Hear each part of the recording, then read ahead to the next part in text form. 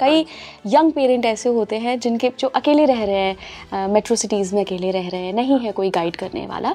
तो मैं एक स्पिरिचुअल पेरेंटिंग का रोड मैप आपसे चाहती हूँ, क्योंकि आपको इतना एक्सपीरियंस है, आपकी किताब भी आ रही है। आप बच्चे को हर चीज़ से प्रोटेक्ट नहीं कर पाओगे ज़िंदगी भर। आप बच्चे के सारे एनवायरनमेंट से जो स्ट्रेस आते हैं वो आप नहीं रोक पाओगे, पर आप इतना ज़रूर कर पाओगे कि आप बच्चे को अंदर से किस तरह से स्ट्रॉन्ग बनाएं, वही हम एज पेरेंट्स कर सकते हैं। आजकल एक नार्सिसिस्ट बिहेवियर हम बहुत देख रहे हैं। पेरेंट्स में से अगर किसी एक का भी है, उसकी वजह से बच्चे के अंदर भी वो चीज़ें जा रही हैं, उन लोगों को क्या एडवाइस है आपकी? हम लोग ज़रूरत से ज़्यादा बच्चे को पैम्पर करते हैं, उसको ज़रूरत से ज़्यादा इंपॉर्टेंस देते हैं। जैसे मैंने कहा ना कि वो परमिसिव पेरेंटिंग स्टाइल के, जहाँ बच्चा मेरी दुनिया का सेंटर ऑफ अटेंशन है, मेरी कोई लाइफ ही नहीं है बच्चे के बगैर। तो बच्चा ये सोचता है कि पूरी दुनिया मेरे इर्द गिर्द घूमती है, मैं ही इंपॉर्टेंट हूँ, मेरी ही ज़रूरतें सबसे इंपॉर्टेंट है, बाकी सबकी नहीं। तो ये बच्चे इस पेरेंटिंग स्टाइल से बच्चे जो बड़े होते हैं वो सेल्फिश, सेल्फ सेंटर्ड और इस तरह के नार्सिसिस्टिक ट्रेट्स दिखाते हैं। आप बच्चे पे गुस्सा कर रहे हैं, आप बच्चे पे हाथ उठा रहे हैं, और ऑन द अदर हैंड आप शिव जी की पूजा कर रहे हैं, जिसकी भी आप आराधना कर रहे हैं, ये स्पिरिचुअल पेरेंटिंग नहीं है। तो हम अंतर कैसे समझें मैम? बच्चे के साथ अटैच होके भी डिटैच रहे कि भाई बच्चे का रिजल्ट मेरा रिजल्ट, बच्चे की बोर्ड एग्जाम मेरी बोर्ड एग्जाम, ये स्पिरिचुअल पेरेंटिंग नहीं हुआ। तो जब भी आप पाए कि आप ट्रिगर होते हैं, आप बच्चे की वजह से दुखी हो रहे हैं, आप बच्चे की वजह से गुस्सा हो रहे हैं, यार आप बच्चे के जो भी बच्चा कर रहा है उसके आउटकम से, रिजल्ट से आप ज़रूरत से ज़्यादा जुड़ जाते हैं, तो वो स्पिरिचुअल पेरेंटिंग नहीं है।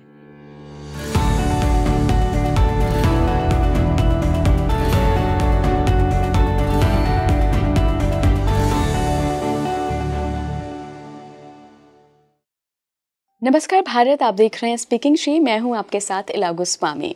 आप सभी से एक सवाल है मेरा, और उसका जवाब मैं कमेंट बॉक्स में जानना चाहती हूं। सवाल ये है कि क्या आप खुद को स्पिरिचुअल पर्सन मानते हैं? अगर आप माता पिता बन चुके हैं, किसी के पेरेंट हैं, तो क्या आप एक स्पिरिचुअल पेरेंट की कैटेगरी में आते हैं? आपको क्या लगता है, मुझे ये कमेंट बॉक्स में बताइए। मीनवाइल आज हम जो डिस्कशन लेकर आए हैं वो स्पिरिचुअल पेरेंटिंग पे है। जी हाँ, देखिए जो ये बच्चे हैं ना, यही हमारे आने वाली पीढ़ी है, यही हमारे भारत देश का भविष्य बनाएंगे। तो अगर इस भविष्य को उज्जवल करना है, विश्व गुरु बनना है, तो स्पिरिचुअल पेरेंटिंग की बहुत ज़रूरत है। हम अक्सर कहते हैं कि हम स्पिरिचुअल हैं, हमारा माइंडसेट स्पिरिचुअल है, बट हमारे कर्मों में, हमारे एक्शंस में वो दिखता नहीं है। हम अक्सर बच्चों को मारते हैं, पीटते हैं, उनको अनुशासन के नाम पर हम फिज़िकल अब्यूज़ करते हैं, लेकिन क्या ये सही है?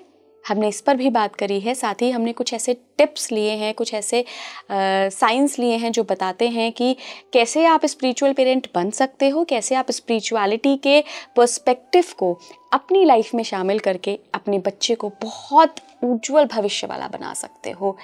हम सभी चाहते हैं कि हमारा बच्चा भविष्य में बहुत कुछ करे, लेकिन उस बहुत कुछ करने की शुरुआत आपसे ही होगी।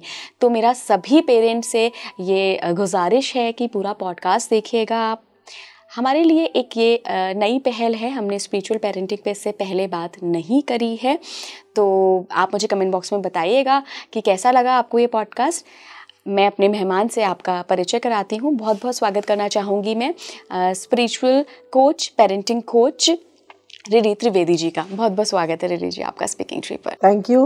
नमस्ते। नमस्ते मैम, आज हम स्पिरिचुअल पेरेंटिंग पर बात करेंगे। हाँ जी। मैंने बहुत सारे आर्टिकल्स लिखे हैं स्पिरिचुअल पेरेंटिंग पर, लेकिन पहली बार मैं कोई पॉडकास्ट कर रही हूँ, क्योंकि आप पेरेंटिंग के एक्सपर्ट हैं, बहुत सारा ज्ञान देती हैं आप लोगों को।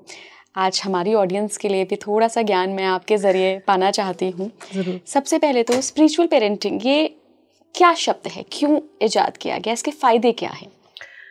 देखिए, मेरे हिसाब से स्पिरिचुअल पेरेंटिंग मतलब कि हम पेरेंटिंग को एक अलग नज़रिए से देखें। जो जैसे हम देखते हैं कि भाई पेरेंटिंग मतलब बच्चा हमारा है, हमारे हिसाब से बच्चा चलना चाहिए, बच्चे की लाइफ पे हमारा कंट्रोल है क्योंकि हमारा नाम बच्चे में है, हमारा खून हमारे बच्चे में।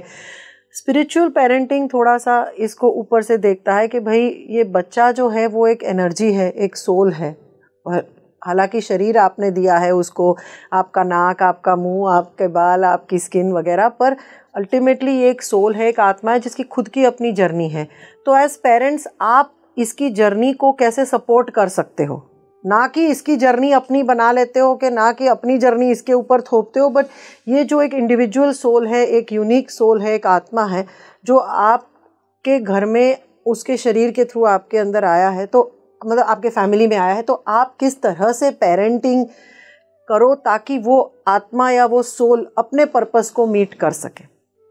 तो ये बहुत ब्रॉड मेरे हिसाब से स्पिरिचुअल पेरेंटिंग का डेफिनेशन हो जाता है कि एज पेरेंट्स हमें कितना उसमें कितना इन्वॉल्व होना चाहिए और कब हमें बैक ऑफ होना चाहिए। ये स्पिरिचुअल तरीके से अगर देखो तो फिर थोड़ा गाइडेंस मिलता है।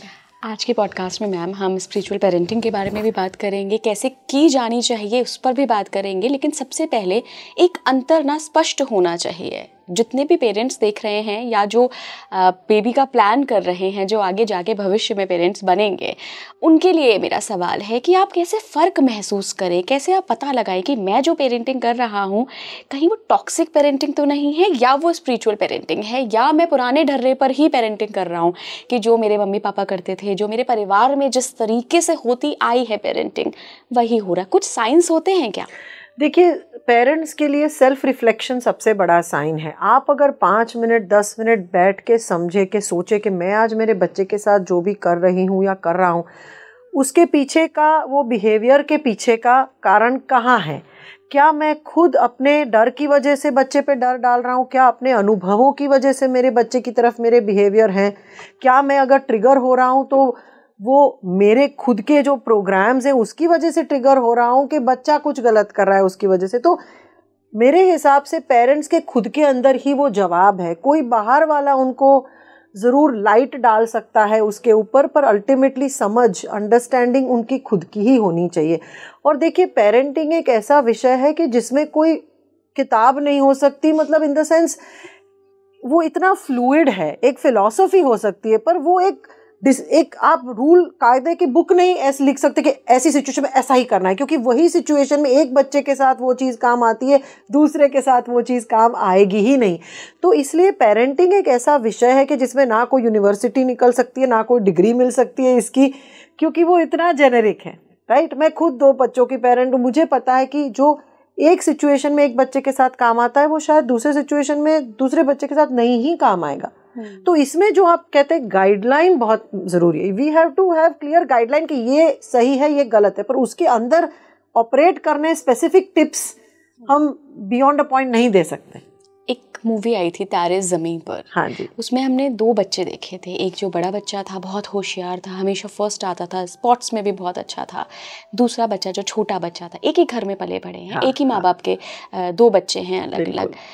अगर मैं इसमें स्पिरिचुअल पेरेंटिंग को लूँ, एक हम हाइपोथेटिकल केस बनाएं यहाँ पर कि अगर उसके मम्मी पापा उन दोनों बच्चों के स्पिरिचुअल पेरेंटिंग का सहारा लेते, तो क्या एक ऐसे बच्चे जो स्पेशल चाइल्ड है इसको भी उससे डील किया जा सकता है, या सिर्फ एक सामान्य बच्चे को डील किया जा सकता है? देखिए, स्पिरिचुअल पेरेंटिंग मतलब ये कि पहले तो ये समझना कि दोनों बच्चे ही अलग हैं, दोनों बच्चे की जर्नी अलग है। इस पृथ्वी पे दोनों बच्चों ने जन्म लिया है, तो दोनों का पर्पस, आपके परिवार में जन्म लेने का पर्पस ही कुछ दोनों का अलग हो सकता है।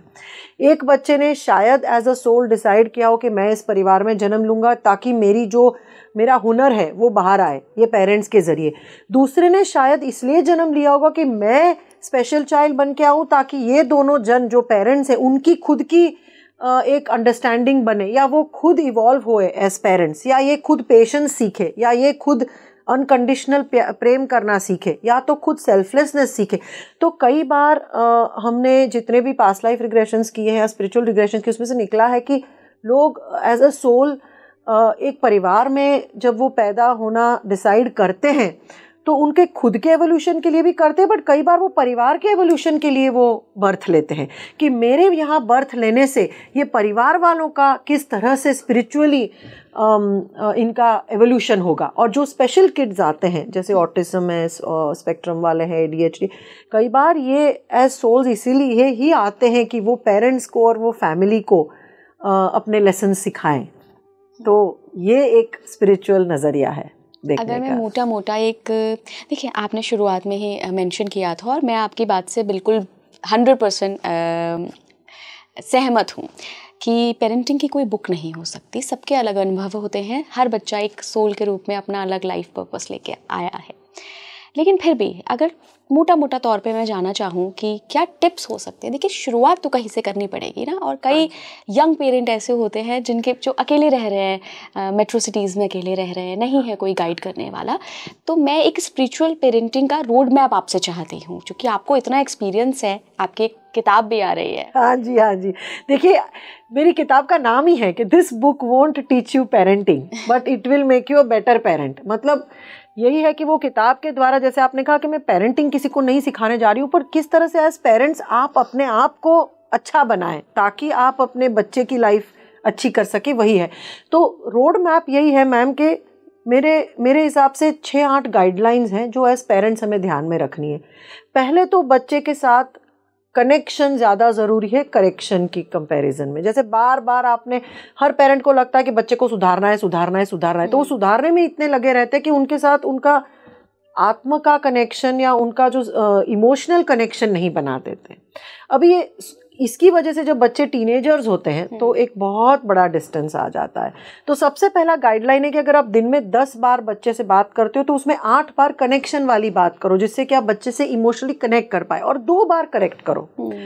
दूसरा गाइडलाइन ये भी है कि बच्चे को गिरने दो, बच्चे को गलतियां करने दो, क्योंकि आजकल के पेरेंट्स ऐसे हो गए हैं कि वो ना बच्चे को गलतियां करने देते, ना बच्चे को कोई तकलीफ पहुंचाते। इतना ओवर प्रोटेक्टिव हेलीकॉप्टर पेरेंटिंग हो गया है, तो बच्चे सीख ही नहीं रहते हैं कुछ। बच्चे इतने सॉफ्ट हो रहे हैं, बच्चे का इमोशनल ताकत भी कम हो रही है, फिजिकल ताकत भी कम हो रही है, क्योंकि पेरेंट्स उनको हर चीज़ से बचाए रखने के में लगे रहते हैं। तो मैं ये कहूँगी कि बच्चों को गिरने दो, बच्चों को गलतियां करने दो उम्र के हिसाब से, और इसी में से जब वो गिर रहे हैं या गलती कर रहे हैं तो उनको शर्मिंदगी मत फील कराओ, उनको इंसल्ट और ह्यूमिलेट मत करो, बट उनको उसमें से क्या सीख मिल रही है ये करवाओ, राइट। और एक और चीज कहूंगी कि देखिए आप बच्चे को हर चीज से प्रोटेक्ट नहीं कर पाओगे जिंदगी भर। आप बच्चे के सारे एनवायरनमेंट से जो स्ट्रेस आते हैं वो आप नहीं रोक पाओगे, पर आप इतना जरूर कर पाओगे कि आप बच्चे को अंदर से किस तरह से स्ट्रांग बनाएं, वही हम एज पेरेंट्स कर सकते हैं। आजकल पेरेंट्स का यही लगा रहता है कि बच्चों को हम किस तरह से सबसे बचाए रखें, बट एक्चुअली ये बिल्कुल गलत है, क्योंकि आप जिंदगी भर नहीं बचा सकते। तो बच्चे को किस तरह से प्रिपेयर करना है कि कोई भी चैलेंजेस आए वो बच्चा आपका फिजिकली इमोशनली स्ट्रांग रहे, और तभी वो रहेगा। वो लेक्चर सुनने से नहीं रहेगा, वो तभी रहेगा जब आपने उसको प्रॉब्लम सॉल्विंग स्किल दी है। उसने कोई गलती की तो उसको क्वेश्चंस पूछो कि इसमें से क्या सीखना आपको मिला है। अगर उसको कोई प्रॉब्लम है तो खुद सॉल्व करने दो, आप ना कूद पड़ो कि चलो चलो फ्रेंड से लड़ाई हुई है, चलो मैं सॉल्व कर देती हूँ, चलो टीचर ने आपको डांटा तो चलो मैं टीचर से फोन पे बात करती हूँ। बच्चों को जितना हो सके खुद अपने प्रॉब्लम सॉल्व करने दीजिए।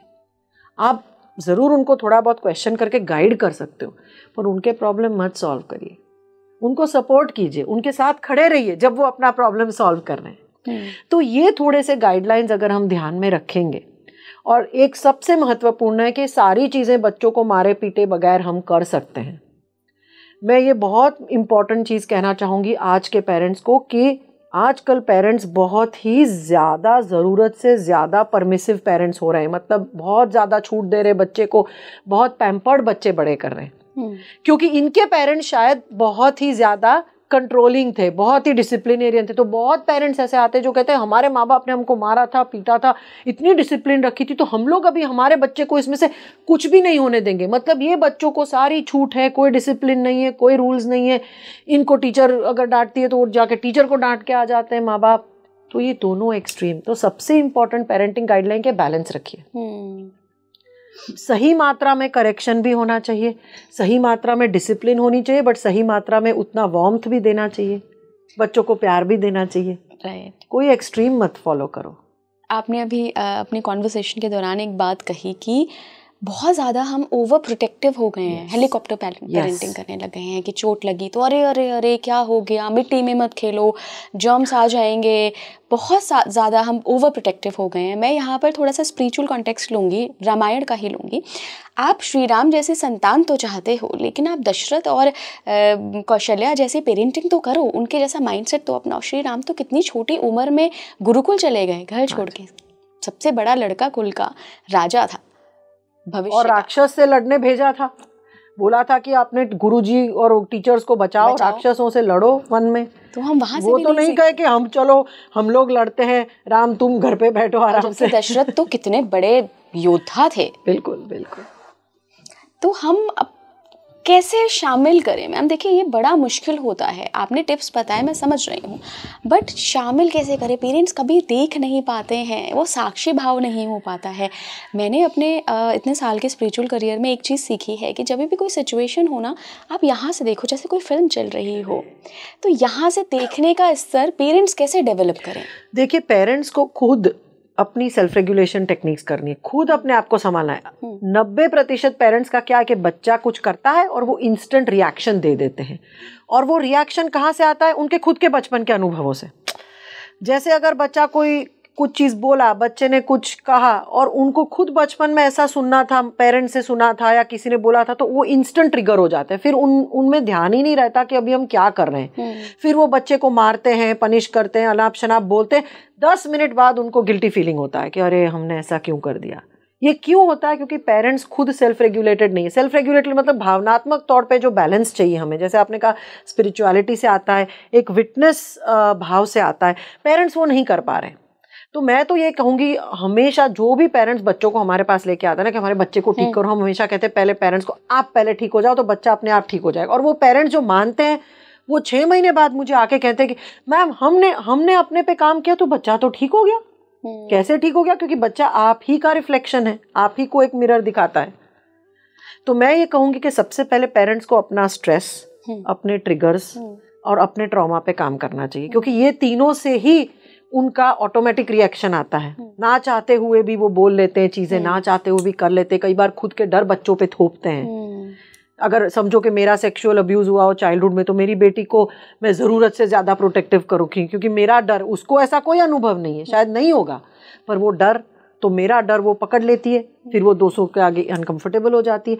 तो इस तरह से पेरेंट्स जब खुद समझें कि भाई मेरा बैगेज क्या है, मैं बचपन से आज तक मेरे लाइफ के कितने अनुभव लेके यहाँ पे प्रोग्राम्स चला रहा हूँ, और उसमें से कितने प्रोग्राम्स मेरे बच्चे के साथ मेरे इंटरेक्शंस में आ रहे हैं, जब वो समझे और उसके ऊपर काम करें। काम मतलब क्या? जैसे मेडिटेशन किया, प्राणायाम किया, अपनी नर्वस सिस्टम रिलैक्स की, अपने स्ट्रेस पे काम किया, तो हमारी सिस्टम सीख जाती है कि कुछ भी रिएक्शन देने से पहले एक पॉज लो। मैं सब पेरेंट्स को तो एक डीप ब्रेथ लो, फिर आप सोचो कि मुझे क्या रिस्पॉन्ड देना। इंस्टेंटली बच्चे को रिएक्शन देने की ज़रूरत नहीं है। तो अगर पेरेंट्स खुद पे काम करते, जितने भी पेरेंट्स हमारी क्लिनिकल प्रैक्टिस में आए हैं जिन्होंने खुद पे काम किया ना, वो हमेशा बोलते कि मैम हमने खुद को हील किया तो हमारे बच्चे के साथ हमारा रिश्ता हील हो गया, चाहे कोई भी उम्र का बच्चा हो। तो खुद पे ही काम करना बहुत ही ज़रूरी है। What about society?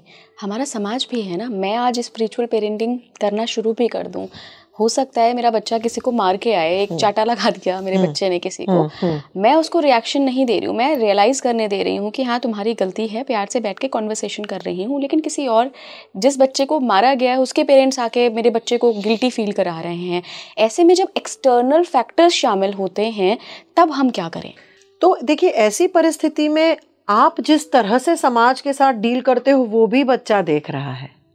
अगर आपने अपनी स्थिरता रखी, अभी आपके बच्चे ने किसी के बच्चे को मारा, यही एग्जाम्पल लेते हैं, तो आपको बच्चे को मारना नहीं है, वरना तो वो मारना ही सीखेगा। अगर आपने अपने बच्चे को बोला ठीक है उसको जाके सॉरी बोलो, क्यों मारा, मारने की क्यों जरूरत पड़ी, अगर गुस्से के में मारा है तो गुस्सा निकालने के अलग तरीके दिखाओ। तो आप जिस तरह से इस सिचुएशन के साथ डील करोगे वही बच्चा सीखेगा।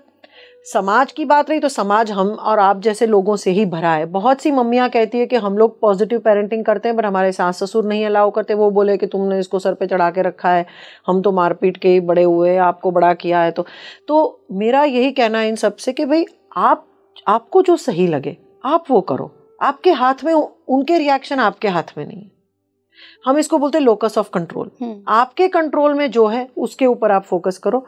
उनका रिएक्शन क्या है, वो क्या सोचेंगे, वो क्या बिहेव करेंगे, वो आपके हाथ में है ही नहीं, तो उसके ऊपर फोकस करना बिल्कुल बेकार है। हाँ, समाज में रहना है तो हम तो कोई समाज को कुछ नुकसान तो नहीं पहुंचा रहे, अपने बच्चे को हम पॉजिटिवली कुछ सिखा रहे हैं, उसमें उनको समझ नहीं आ रही है तो नहीं आए, हमें उससे ट्रिगर नहीं होना है। हमें समाज का इसलिए डर लगता है क्योंकि वो समाज भी तो हमें ट्रिगर करता है ना, हमें उनसे वैलिडेशन चाहिए, हमें उनसे एक्सेप्टेंस चाहिए, हम चाहते हैं कि समाज हमारी तारीफ करे, इसलिए हम हमेशा सोचते हैं कि ये क्या सोचेंगे।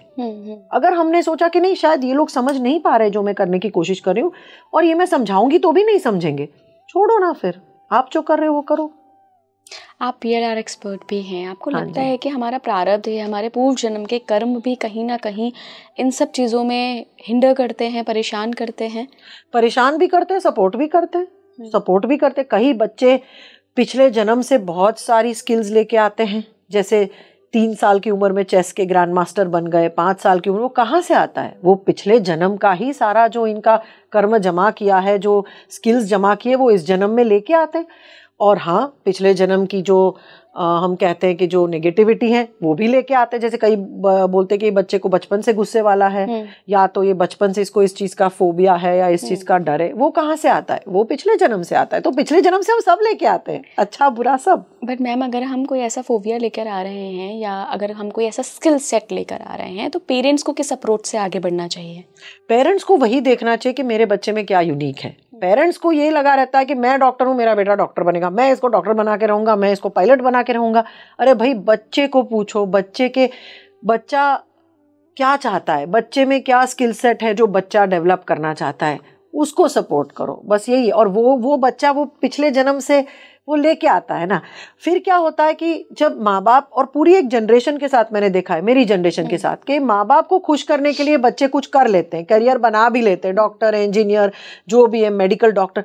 40-50 साल बाद जब उनकी आत्मा उनको स्पिरिचुअली समझ में आता है कि ये भाई, ये मेरा पर्पस है ही नहीं लाइफ का, तब वो बिल्कुल करियर चेंज कर लेते हैं। जैसे मैंने क्या किया, मेरी मम्मी पापा दोनों चार्टर्ड अकाउंटेंट थे, उनको लगा बेटी सीए बनेगी।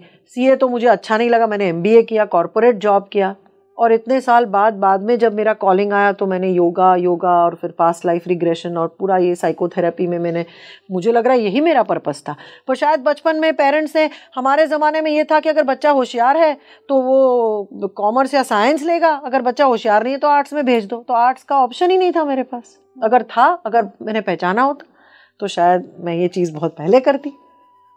तो यही है कि जब हम हमारे स्पिरिचुअली कनेक्ट करते हैं हमारी आत्मा के साथ, तब और ये कई बार मेरे हिसाब से बच्चे मोस्ट ऑफ द टाइम, बच्चों को पैदाइशी से उनको पता होता है उनको क्या करना है, बट पेरेंट्स टीचर्स मिलके ना वो सारा वो समझ के ऊपर वो पता नहीं धूल मिट्टी लगा देते। अरे तू मैथ्स में बहुत अच्छा है तो तू तो डॉक्टर ही बनेगा। अब मेरे बेटे का ही मैं एग्जांपल दूं, मेरा बेटा मैथ्स में 100 on 100 लाता था, तो सबको था कि ये मैथ्स में इतना अच्छा है तो इसको डॉक्टर बनाओ, इंजीनियर बनाओ। पर उसको आर्ट लेना था, उसको डिजाइन में जाना था। तो हमने किसी की नहीं सुनी, सब बोलते थे अरे ये मैथ्स में इतना अच्छा है 100 on 100, तो इसको आप वही डॉक्टर इंजीनियर बनाओ, क्यों आर्ट में जाना है। उसने आर्ट और मैथ लिया और अभी वो अपनी मैथ्स की स्किल यूज करके डिजाइन करता है, इतना कॉम्प्लेक्स प्रोडक्ट डिजाइन करता है। तो मैं ये कहती हूँ कि यही स्पिरिचुअल पेरेंटिंग हुई कि उसका स्किल पहचानो, उसको क्या करना है समझो, समाज की छोड़ो, खुद की इच्छा भी छोड़ो, उसको क्या करना है और उसमें फुल्ली सपोर्ट करो, बस यही है। राइट। लाइफ पर्पस तलाशने में स्पिरिचुअल पेरेंटिंग कितना हेल्प करती है? देखिए, लाइफ पर्पस ना बहुत बड़ा वर्ड है। सब लोग ऐसा कहते this is my life purpose, तो ज्यादातर लोगों को, बच्चों को शायद जन्म पे पता होता है क्या करना है, पर जैसे ही बड़े हो जाते हैं हमें लाइफ पर्पस नहीं पता होता है। बहुत से बच्चे ऐसे हैं जिनको 10 चीजें ट्राई करनी है, उनको पता नहीं है। ऐसे बच्चे हैं जो बचपन से दिखाते हैं स्किल्स कि ये आर्टिस्ट बनेगा, ये म्यूजिशियन बनेगा, ये सितार बजाएगा या चेस मास्टर बनेगा। पर ऐसे बहुत से बच्चे हैं जो पता नहीं है, माँ बाप को भी नहीं पता, सब कुछ ट्राई करेगा। 2 दिन डांस क्लास में जाएगा, 6 दिन वोकल में जाएगा, कोई आर्ट क्लास में जाएगा। तो मेरे हिसाब से पेरेंट्स को ये एक्सपेक्ट नहीं करना चाहिए कि लाइफ पर्पस सबको पता ही होता है। किसी को लाइफ पर्पस 30 साल में पता चलता है मेरी तरह, किसी को लाइफ पर्पस 40-50 में पता चलता है।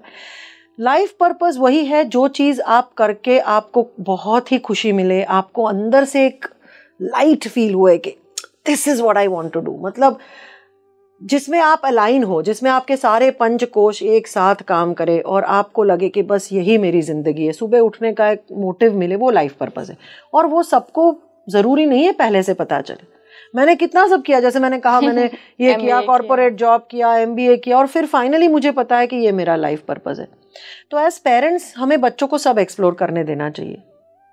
हाँ, और ये नहीं एक्सपेक्टेशन रखना चाहिए कि बच्चे को मतलब अभी 15-17 साल में पता चल जाए कि मैं लाइफ में यही करूंगा, जरूरी नहीं है। बच्चा शायद 17 साल पे कुछ करना चाहता है, शायद 30 साल पे कुछ और ही करना चाहता हो, and that is okay I think. तो ये लाइफ पर्पस बहुत बड़ी बात है।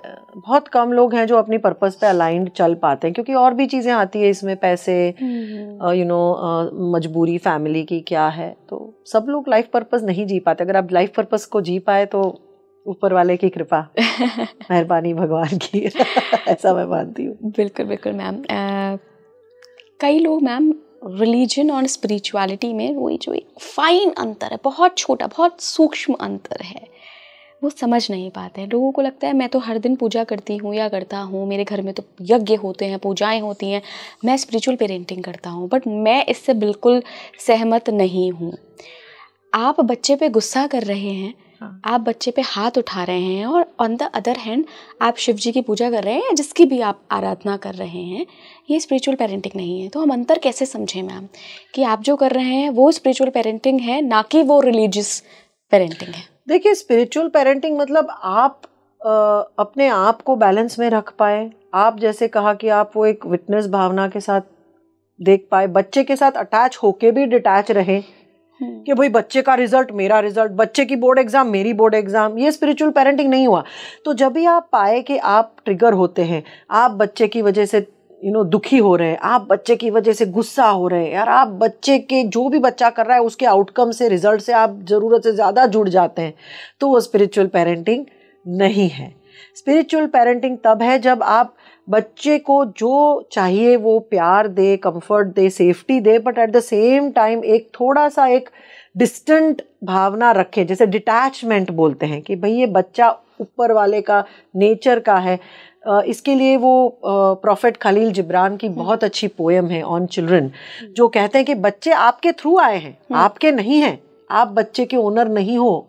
बच्चा नेचर की जो ज़रूरत है आगे बढ़ने की, उसमें से आया है बच्चा, आपके थ्रू आया है, पर आपका नहीं है, आपका ओनरशिप नहीं है बच्चे पे। तो आपको तो बस बच्चे को सपोर्ट करना है, और जो आपको जो दिया गया है रिस्पॉन्सिबिलिटी बच्चे को बड़ा करने की, वो अच्छे से करनी है, उसको डैमेज करे बगैर उसको स्ट्रॉन्ग बनाना है, और फिर जब ज़रूरत पड़े डिटैच होना है। बहुत से माँ बाप नहीं कर पाते। बच्चा 25 साल का हो गया, उसके खुद के बच्चे हो गए, बीवी आ गई, तो भी वो लगे रहते हैं, आज क्या खाया, आलू की सब्जी क्यों नहीं बनाई तुम्हारी बीवी ने।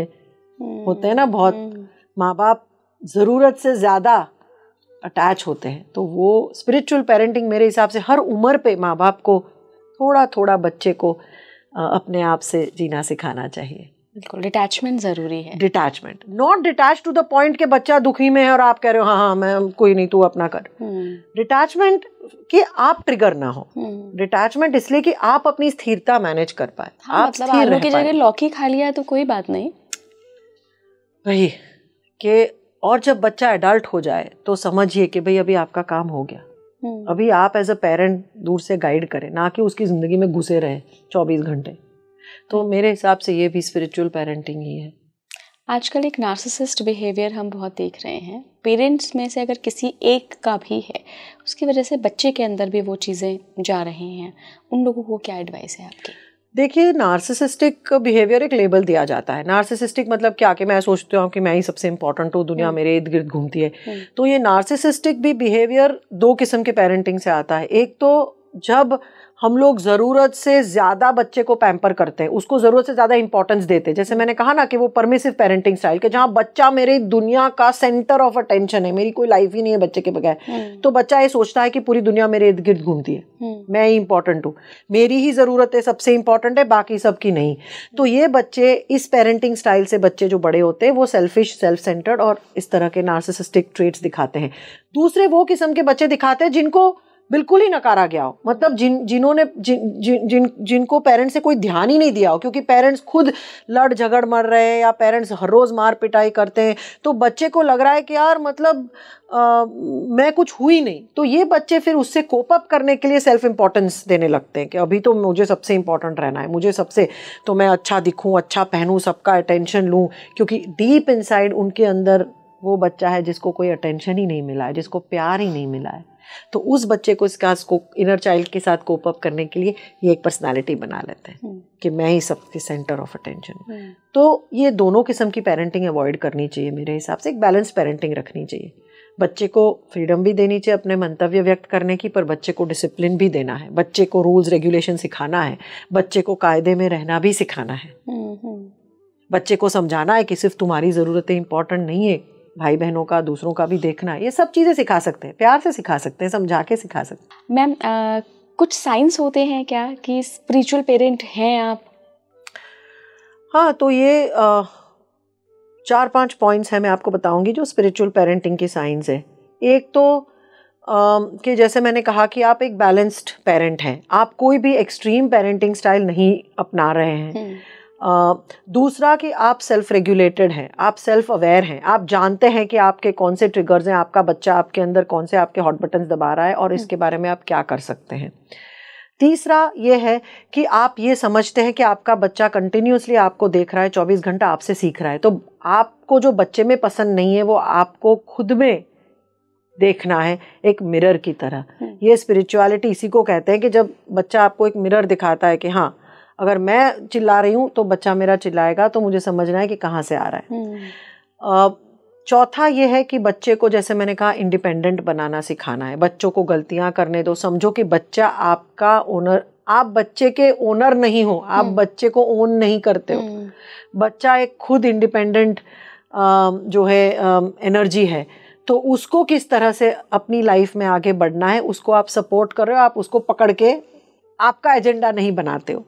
तो बच्चे को उम्र के हिसाब से इंडिपेंडेंस देना, उम्र के हिसाब से फ्रीडम देना अपनी चीज़ें करने के लिए, वो एक बहुत इंपॉर्टेंट हिस्सा है स्पिरिचुअल पेरेंटिंग का।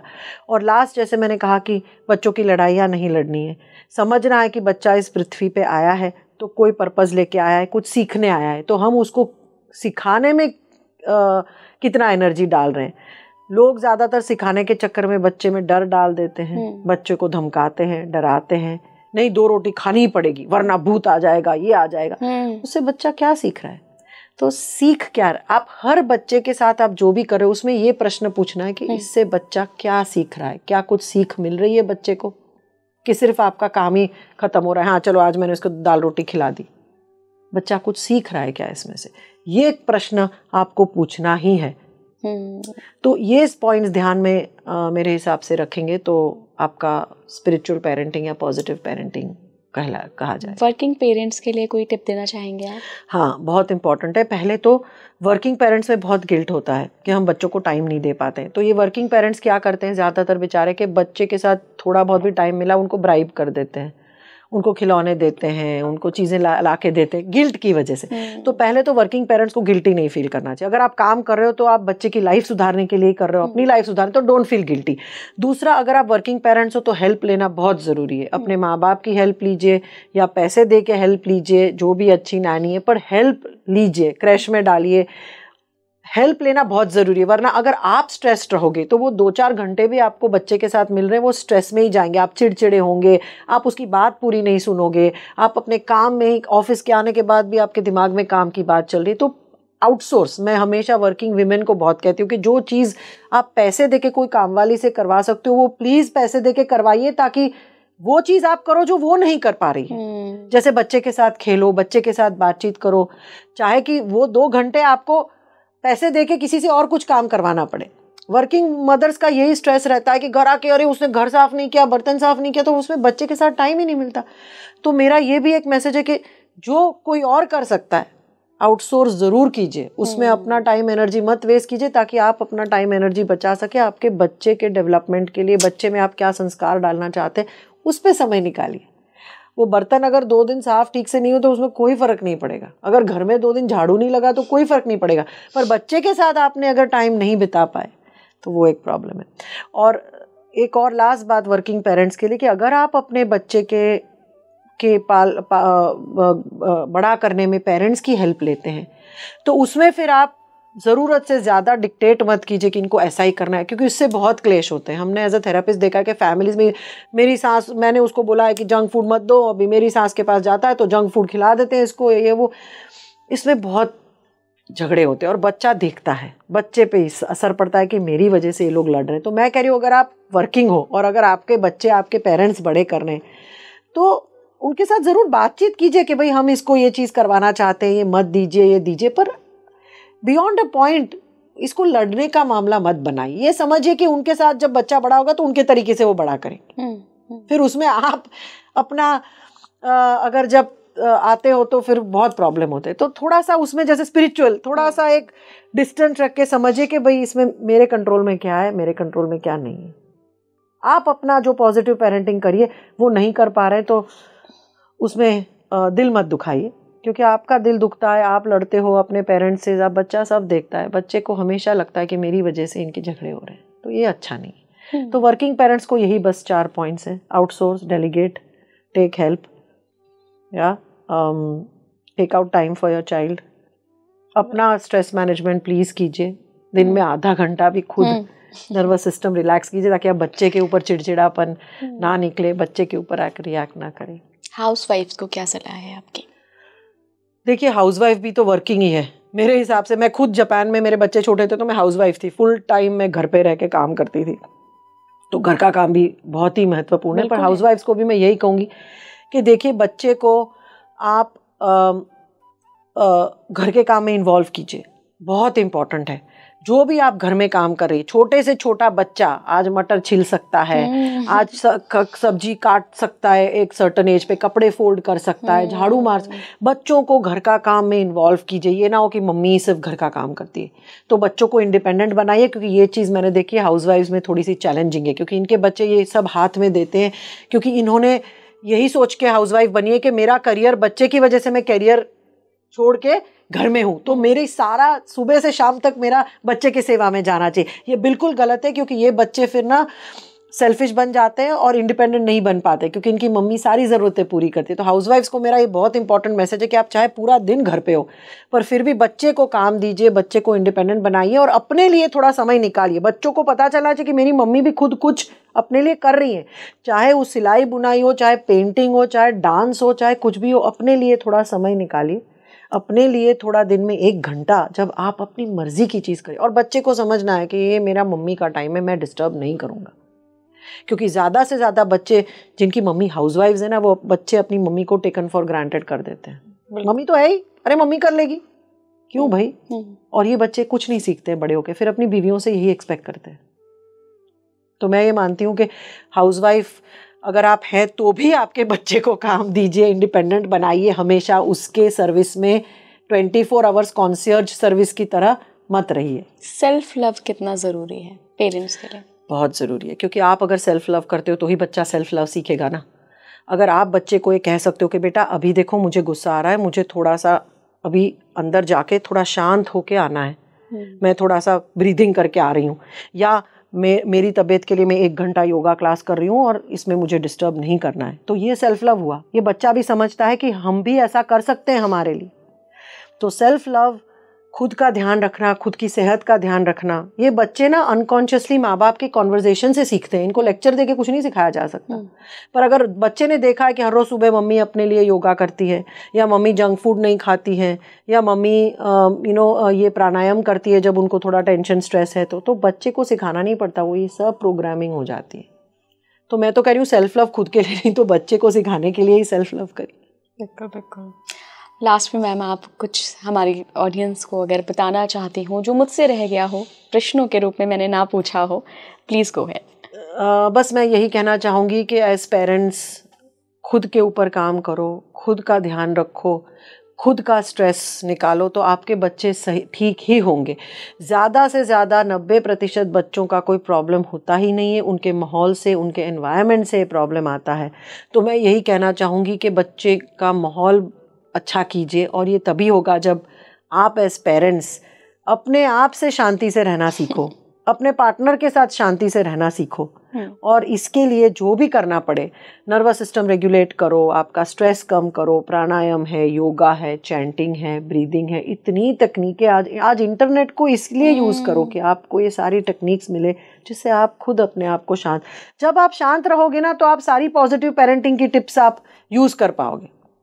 मेरी किताब में मैंने यही लिखा है कि आप सारे पॉजिटिव पेरेंटिंग पढ़ोगे तो सही, बट जब आपका बच्चा ट्रिगर करता है ना, तो सारा ज्ञान खिड़की के बाहर चला जाता है। तो जो आपको ज्ञान मिला भी है स्पिरिचुअल पेरेंटिंग का, वो अगर आपको अप्लाई करना है तो पहले आपको वो माहौल आपके अंदर क्रिएट करना पड़ेगा।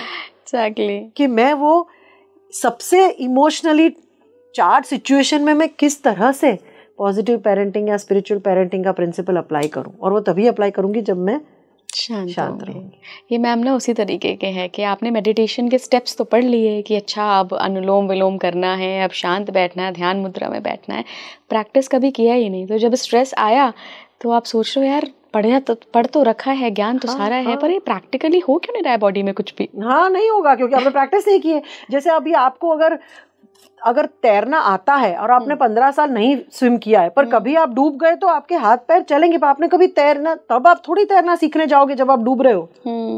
तो अगर आपने सारी सेल्फ रेगुलेशन की तकनीकें हैं, अनुलोम विलोम है, मेडिटेशन अगर पहले से किया हुआ है, तो जब आप स्ट्रेस में हो, जब आपकी बहुत ही चैलेंजिंग स्थिति है, तब आप इसको यूज कर पाओगे। पर अगर प्रैक्टिस ही नहीं की है तो फिर तब तो हो ही नहीं पाएगा आपसे। बिल्कुल बिल्कुल। एंड मैम, हमारा भी मकसद यही रहता है कि स्पिरिचुअलिटी को, माइंडफुलनेस को, पॉजिटिव पेरेंटिंग को आप कैसे शामिल करें, क्योंकि जो पीढ़ी है ना हमारी आने वाली, ये जो अभी चल रही है, यही हमारा भविष्य है।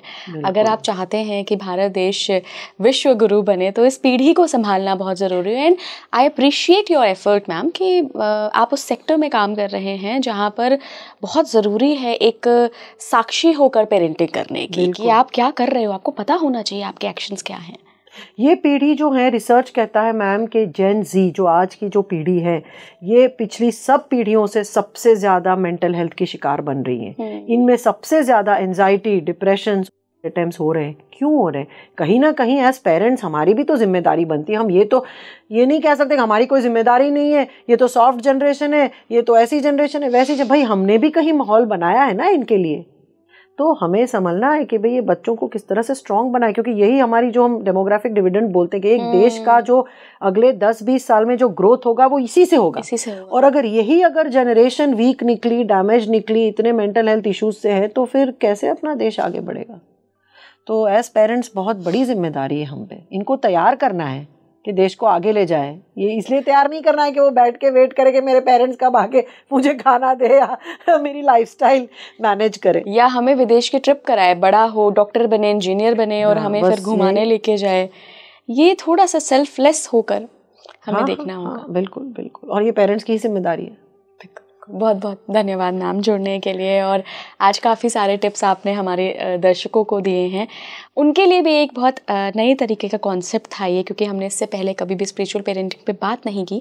बट मेरा बहुत मन था कि आप स्पिरिचुअलिटी को बहुत डीपली जान रहे हो, आप पास्ट लाइफ एक्सप्लोर कर रहे हो, आप एस्ट्रल ट्रैवल के बारे में जान रहे हो, लेकिन ग्राउंड लेवल पर जो मेन चीज़ है जिससे आप बदलाव ला सकते हो, वो है mindfulness parenting, spiritual parenting, positive parenting. उसकी तरफ भी हमें एक दिशा में आगे बढ़ना चाहिए। बिल्कुल बिल्कुल, आपने बहुत सही कहा, थैंक यू सो मच। मैं ऐसे भी लोगों को जानती हूँ जो पेरेंट्स इतने ज़्यादा स्पिरिचुअल हैं, फिर बच्चों को जबरदस्ती डांट पीट के स्पिरिचुअल चीज़ों में ले जाते हैं। फिर ये बच्चे बड़े होकर हमारे पास आते, बोलते हैं I hate spirituality, I hate meditation. क्यों? क्योंकि हम 5 साल के थे तब से मम्मी हमको मार पीट के डांट के ले जाती थी, इसमें जाओ, उसमें जाओ, ध्यान करने जाओ। अभी मुझे नफरत हो गई है उससे, क्योंकि मैम ये एक ऐसी घटना है ना स्पिरिचुअलिटी, जो अपने आप ही लाइफ में घटे तो होती है। हाँ, आपको डंडा मार के कोई नहीं होता है स्पिरिचुअलिटी। एक तो आप जियो स्पिरिचुअल लाइफ, तो आपके बच्चे अनकॉन्शियसली वो पिकअप कर लेंगे। और अगर ऐसा नहीं हुआ तो बच्चे अपने आप अपनी जर्नी में गिर के, ठोकर खा के अल्टीमेटली उनका स्पिरिचुअल पर्पस आ ही जाएगा। पर इसको ऐसे डंडे मार के दिला के स्पिरिचुअलिटी नहीं आती है। बिल्कुल। और ये जरूरी नहीं है कि अगर आप स्पिरिचुअल हो तो आप अच्छे पेरेंट हो, क्योंकि आजकल स्पिरिचुअलिटी एक फैशन हो गई है मैम। फैशन हो गई है, यस। मैं बहुत स्पिरिचुअल हूँ। अरे भाई क्या है भाई स्पिरिचुअल? तुम्हारा बच्चा कुछ करता है, तुम चीखते हो, चिल्लाते हो, कहाँ से स्पिरिचुअलिटी? मेरे हिसाब से मैं बहुत बेसिक लेवल पे बात करती हूँ कि भाई अपने आप को बैलेंस में रखो, बहुत सबसे बड़ी स्पिरिचुअलिटी है। बिल्कुल बिल्कुल, बहुत बहुत धन्यवाद मैम। आपको कैसा लगा ये एपिसोड, मुझे कमेंट बॉक्स में ज़रूर बताइएगा। हमारा ये एफर्ट आपको कैसे लगा, और क्या आप कुछ अन्य विषयों पर भी जो पेरेंटिंग से जुड़े हैं, जो स्पिरिचुअल पेरेंटिंग से जुड़े हैं, पॉजिटिव पेरेंटिंग से जुड़े हैं, आप चाहते हैं, आपकी कोई समस्या या कोई प्रॉब्लम हो, कहीं पे आप अटक गए हैं एज अ पेरेंट, मुझे कमेंट बॉक्स में बताइएगा। हम जब भी दोबारा मैम के साथ जुड़ेंगे तो आपके सवाल ज़रूर लेंगे। जुड़े रहिए स्पीकिंग श्री के साथ। नमस्कार।